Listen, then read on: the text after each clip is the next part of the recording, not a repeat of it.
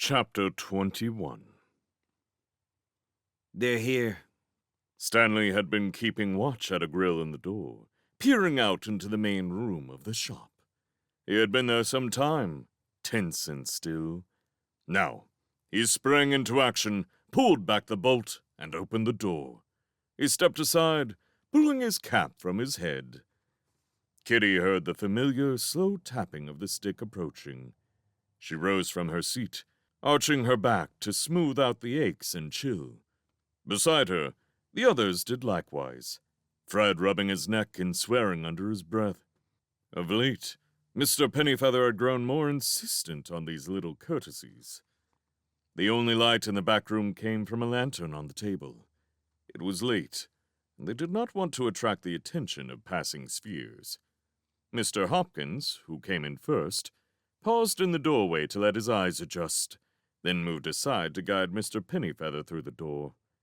In the half-light, their leader's shrunken form looked even more diminished than usual. He shuffled in like an animated skeleton.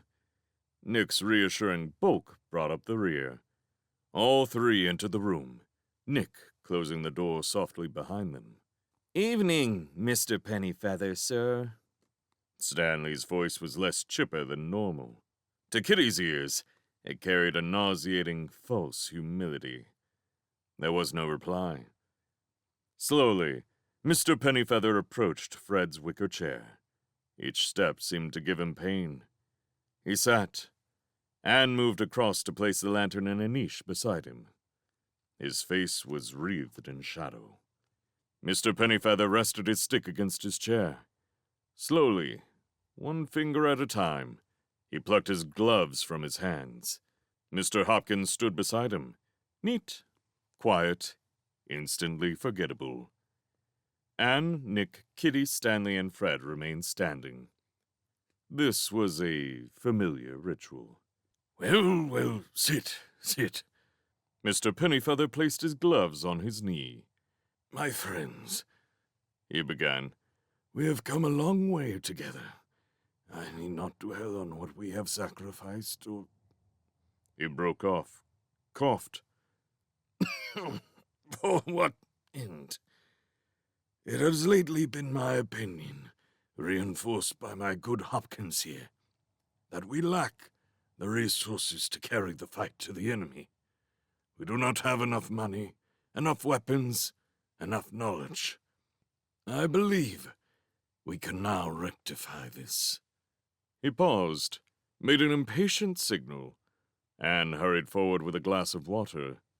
Mr. Pennyfeather gulped noisily. That's better. Now, Hopkins and I have been away, studying certain papers stolen from the British Library. They're old documents, 19th century. From them, we have discovered the existence of an important cache of treasures, many of considerable magical power. If we can gain possession of it, we stand to revolutionize our fortunes. Which magician has it?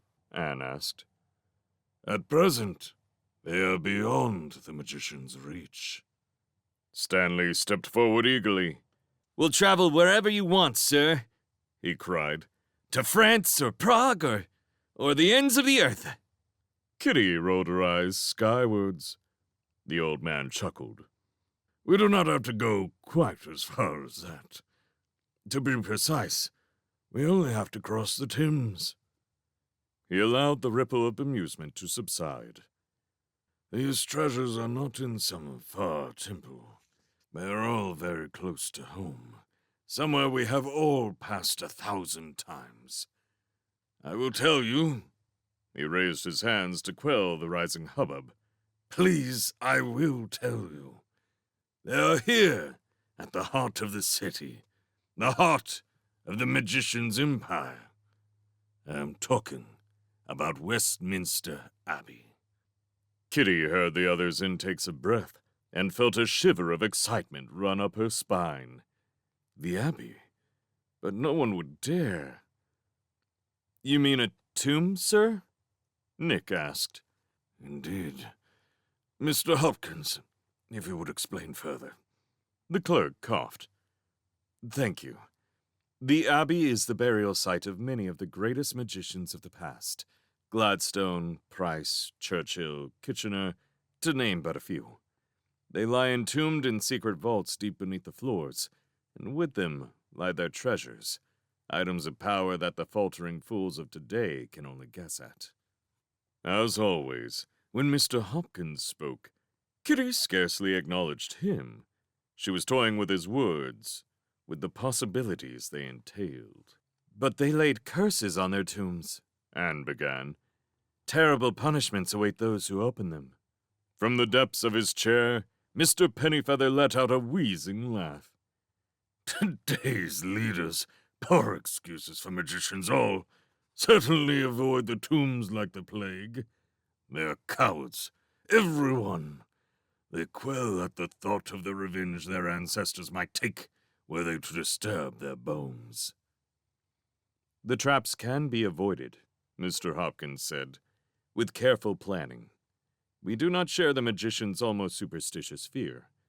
I have been looking amongst the records, and I have discovered a crypt that contains marvels you could scarcely dream of.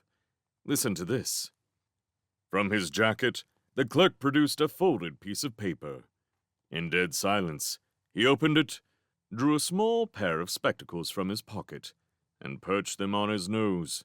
He read, 6 bars of gold, 4 jeweled statuettes, 2 emerald-headed daggers, a set of onyx globes, a pewter chalice, and... this is the interesting bit. An enchanted pouch of black satin, filled with 50 gold sovereigns. Mr. Hopkins glanced up at them over his spectacles. This pouch is unremarkable to look at, but consider this. No matter how much gold is removed from the pouch, it never grows empty. An unending source of revenue for your group, I think. We could buy weapons, Stanley muttered. The checks would supply us with stuff if we could pay. Money can get you anything, Mr. Pennyfeather chuckled. Go on, Clem, go on.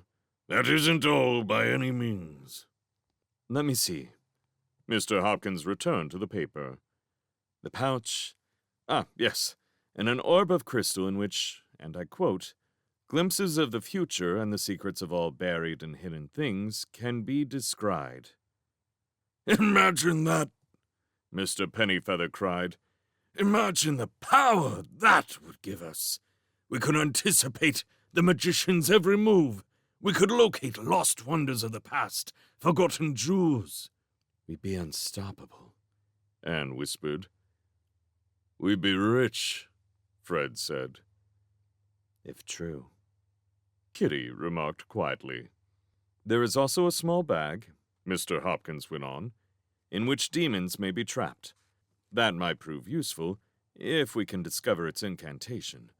Also a host of other lesser items, including, let me see, a cloak, a wooden staff, and sundry other personal effects. The pouch, the crystal ball, and the bag are the pick of the treasures. Mr. Pennyfeather leaned forward in the chair, grinning like a goblin. So, my friends, he said, what do you think? Is this a prize worth having? Kitty felt it was time to inject a note of caution. All very well, sir, she said. But how come these marvels haven't been taken before? What's the catch? Her comment seemed to puncture the mood of elation slightly. Stanley scowled at her. What's the matter? He said. This job not big enough for you? You're the one who's been moaning on about needing better strategy. Kitty felt Mr. Pennyfeather's gaze upon her. She shivered, shrugged. Kitty's point is valid, Mr. Hopkins said. There is a catch, or rather, a defense around the crypt. According to the records, a pestilence has been fixed to the keystone of the vault. This is triggered by opening of the door. Should anyone enter the tomb, the pestilence balloons from the ceiling and smites all those in the vicinity. He glanced back at the paper. To rend the flesh from their bones. Lovely, Kitty said. Her fingers toyed with the teardrop pendant in her pocket. How do you propose we avoid this trap? Anne asked Mr. Pennyfeather politely. There are ways, the old man said, but at present they are beyond us. We do not have the magical knowledge. However, Mr. Hopkins here knows someone who might help. Everyone looked at the clerk, who adopted an apologetic expression. He is, or was, a magician, Mr. Hopkins said. Please? His words had sparked a chorus of disapproval. Hear me out. He is disaffected with our regime for reasons of his own, and seeks the overthrow of Devereux and the rest. He has the necessary skill and artifacts to enable us to escape the pestilence. He also... Mr. Hopkins waited until there was silence in the room. Has the key to the relevant tomb. Who is he? Nick said. All I can tell you is that he's a leading member of society, a scholar and a connoisseur of the arts. He's an acquaintance of some of the greatest in the land. What's his name? Kitty said. This is no good. I'm afraid he guards his identity very carefully. As should we all, of course. I have not told him anything about you either. But if you accept his assistance, he wishes to meet with one of you very soon. He will pass on the information we require. But how can we trust him? Nick protested. He could be about to betray us. Mr. Hopkins coughed. I do not think so. He has helped you before many times. Most of the tip-offs I have given you have been passed on by this man. He has long wished to advance our aims. I examined the burial documents from the library, Mr. Pennyfeather added. They seem genuine. It is too much effort for a forgery. Besides, he has known of us for years through Clem here. Why does he not betray us if he wishes the Resistance harm? No, I believe what he is saying. He got unsteadily to his feet, his voice turning harsh, congested. And it is my organization, after all. You'll do well to trust my word. Now, are there any questions? Just this, Fred said, snapping his flick knife open. When do we start? If all goes well, we shall raid the Abbey tomorrow night. It just remains... The old man broke off, doubled over in a sudden fit of coughing. His hunched back cast strange shadows on the wall. Anne stepped across and helped him sit. For a long moment, he was too short of breath to speak again. I'm sorry, he said finally. But you see how my condition goes. My strength is lessening. In truth, my friends, Westminster Abbey is the best opportunity I have to lead you all to something better. This will be a new beginning. And an appropriate end for you, Kitty thought. This is your last chance to achieve something concrete before you die. I just hope your judgment holds up, that's all. As if he had read her mind, Mr. Pennyfeather's head twisted suddenly in her direction.